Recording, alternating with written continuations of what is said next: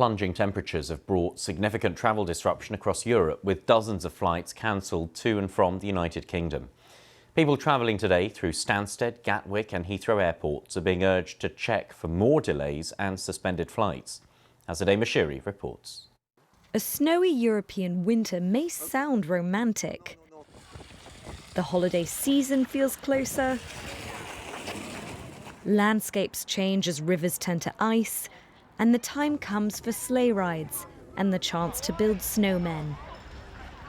I just heard my sister scream, "It's snowing, it's snowing!" So I looked outside, and then I just saw it was actually snowing. So we just put on everything and went outside to have some fun. But it's not all fun and games. Ice and freezing fog have swept over the United Kingdom. Officials are urging people in southeast England to avoid driving. And it's causing chaos at airports. Heathrow cancelled and delayed dozens of flights this weekend. Gatwick and Stansted Airport cancelled all of them altogether Sunday evening. Some countries, like Poland, are dealing with snowstorms and blizzards. Rescuers are warning visitors to simply stay away. From 1,600 metres above sea level, there is a second-degree avalanche danger. The biggest problem in moving around is primarily the lack of visibility. The fog is very thick, and it's also very difficult for us to assess this avalanche risk. Forecasters warn this weather could go on for days across various parts of Europe. That means more disruptions and biting cold during an energy crisis. All this could make for a costly winter.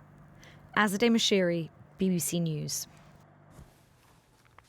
Well, London's airports are facing massive disruption. Travel journalist Simon Calder gave me the latest from Heathrow Airport.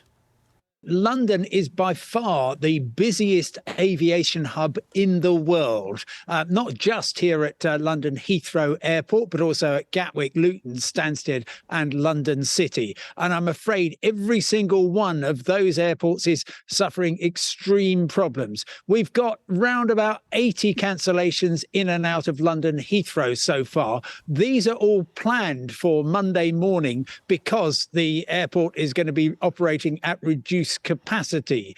Across at Gatwick Airport, second busiest in the UK, we saw masses of flights cancelled yesterday, and already today I'm counting round about 50 departures and arrivals, mostly on EasyJet, but also on Wizz Air and British Airways. Stansted Airport closed last night, as a lot of passengers will know, because they've woken up in places such as Brussels and Cologne in Germany, having been diverted overnight.